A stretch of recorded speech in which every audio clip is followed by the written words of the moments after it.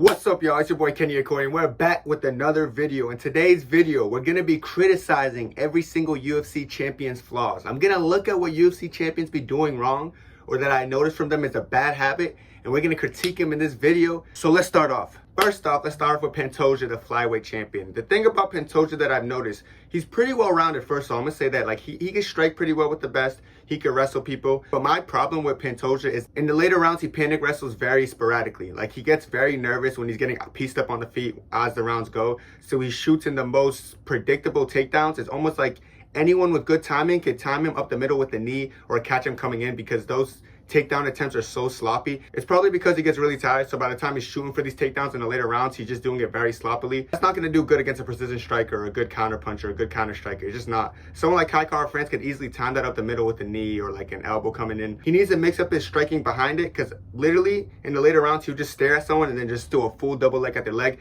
and he will score on them because his pace and his wrestling usually wears on people as well. So by the time the later rounds come, it usually works. But anyone with good timing will time Pantoja up the middle, or anyone with good takedown defense like Amir Albazi, he's not going to just get to lay on him and recover. It's just not going to work. So if he shoots on someone with good takedown defense, he's going to get stuffed, and then they're going to force it to be on the feet, and they're probably going to finish him because he is really tired when he's doing these takedowns. In the later rounds, when he's shooting for these crazy takedowns, it's because he's tired. He's trying to recover. And when you notice, when he gets them on the ground, he doesn't really go for ground and pound. He kind of just lays there and tries to relax because he's doing it because he's tired. So if someone's going to be able to stuff these takedowns or time him with the counter and he's going to get hurt or something, he's going to be out of the fight. So although Pantoja is really well-rounded, that panic wrestling is one of the worst habits that he has, and he has to stop it if he wants to have a long reign. Secondly, for bantamweight, we got Suga Sean O'Malley. Suga Sean O'Malley, the thing about him that I've noticed, one, is his takedown defense. I know people might be like, oh, but he stuffed Aljo's like one takedown attempt in the first round.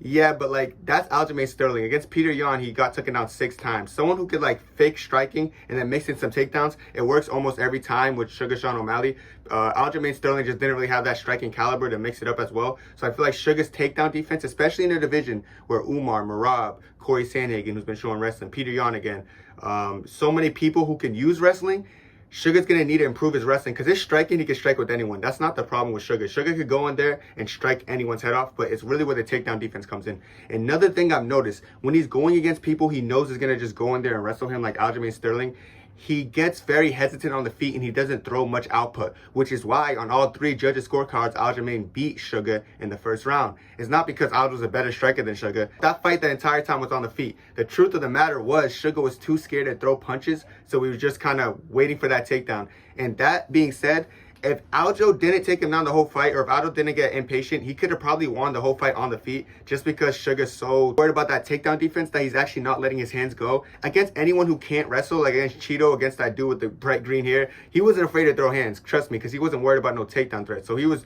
throwing high output. But against great wrestlers, he has low output. So against someone like Umar, that's going to be horrible. Against Merab, that'd be horrible. Against any wrestler, that'd be horrible, just because he's so worried about the takedown that he's just not throwing hands, and that's what he does best. Just because you're scared of the takedown doesn't mean you shouldn't let your hands go. You're a striker at the end of the day, let your hands go. But those are the 2 huge problems I see with Suga Sean O'Malley. All right, now we're at featherweight with Ilia Topuria. Ilia Topuria is pretty well-rounded. It's hard to find something that he's deficient at, but one thing I can say is his slow start. Like, I noticed with Ilia in a lot of his fights, he takes time to like download data to like figure out habits that his opponent uses, which plays to his benefit, because against the Volk fight, he realized, okay, Volk's just throwing low leg kicks and backing up in a linear motion. I'm just going to time him well. I'm going to run in. I'm going to hit him with counter shots. It works. I'm not going to lie. It does work against some people. But then again, having a slow start with someone with crazy endurance might not do him the best. It might lead him to getting caught with something, or it might lead him to getting wrestled the whole time. So you can't have a slow start against everyone. Sometimes it works. If he didn't end up catching Volk, it's pretty fair to say that Volk would have probably comfortably won on points, just because Ilia's low output.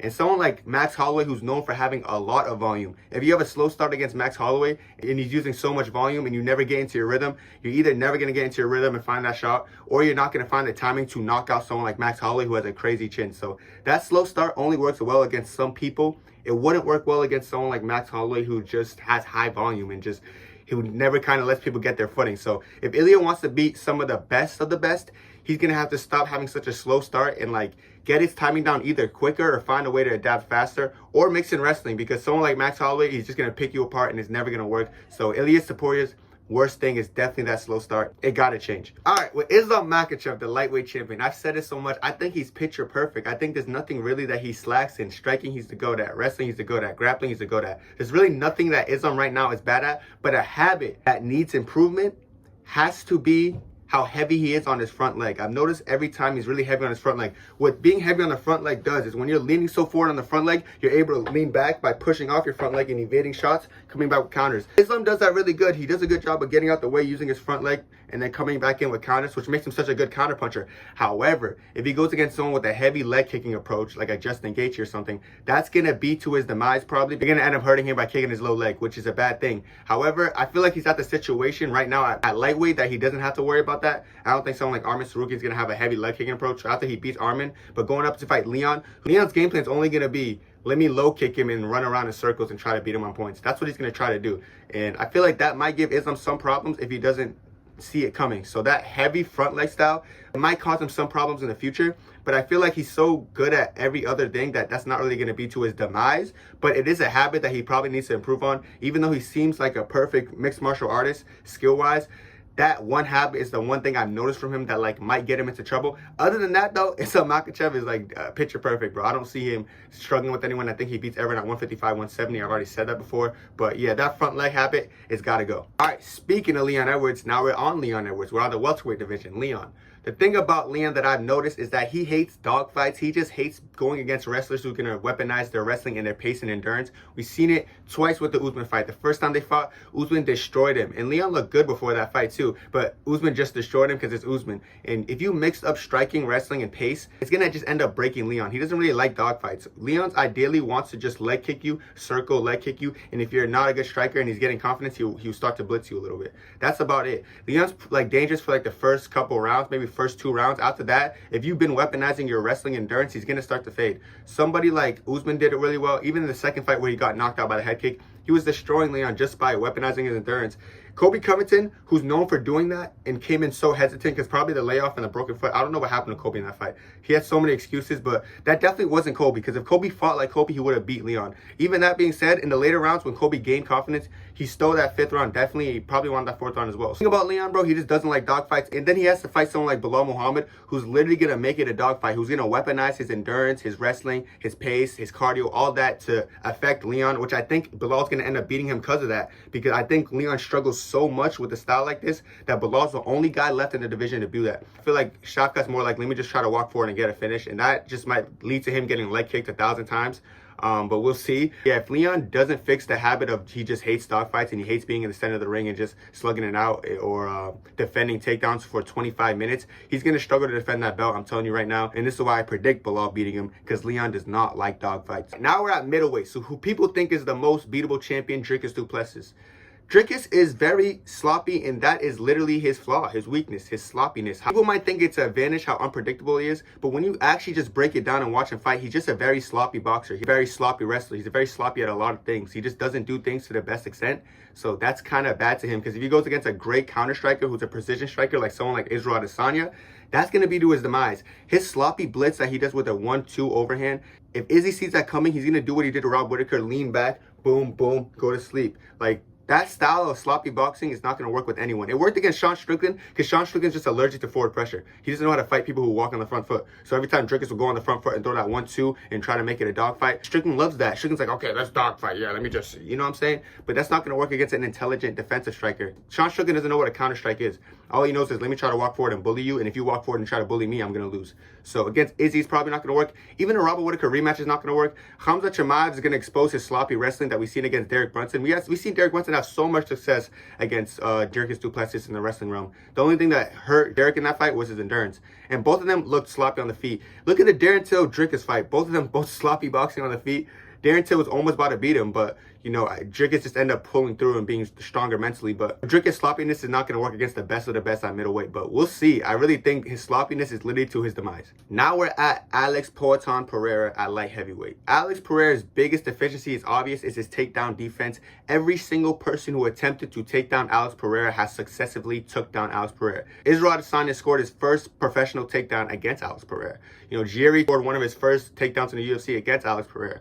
You know, know, like everyone who's tried to take him down has taken him down. So it's one of those things where I feel like it's poor balance on Alex's part. I don't think his takedown defense is necessarily bad. I've seen what he tries doing when he defends his takedowns. It's not like he's doing anything wrong. His balance is just very weird. It's like he doesn't know how to balance on a single leg or anything. So like he gets taken down, and also when he gets taken down, he could get controlled by any decent grappler, decent wrestler. He was controlled by Izzy for almost 5 minutes. He was controlled by Yuri for a decent amount of time. He was controlled by Jan by a decent amount of time. Imagine an Ink Alive who's probably going to fight next. He's going to control him however he wants if he goes for takedowns. So yeah, Alex Pereira's biggest deficiency, obviously this is no secret, it's his takedown defense. He needs to just work on balance more than anything, and then once he gets his balance straight, I think he'll be better. I feel like if you don't take down Alex Pereira, you can't beat him though. That's one thing I do know for sure. People like Jamal Hill try to test that narrative. Oh, I don't need to take down Alex. I'm going to go in there and knock him out. Yeah, you're going to go in there and knock out one of the greatest kickboxers on the planet Earth. Like, no, you're not.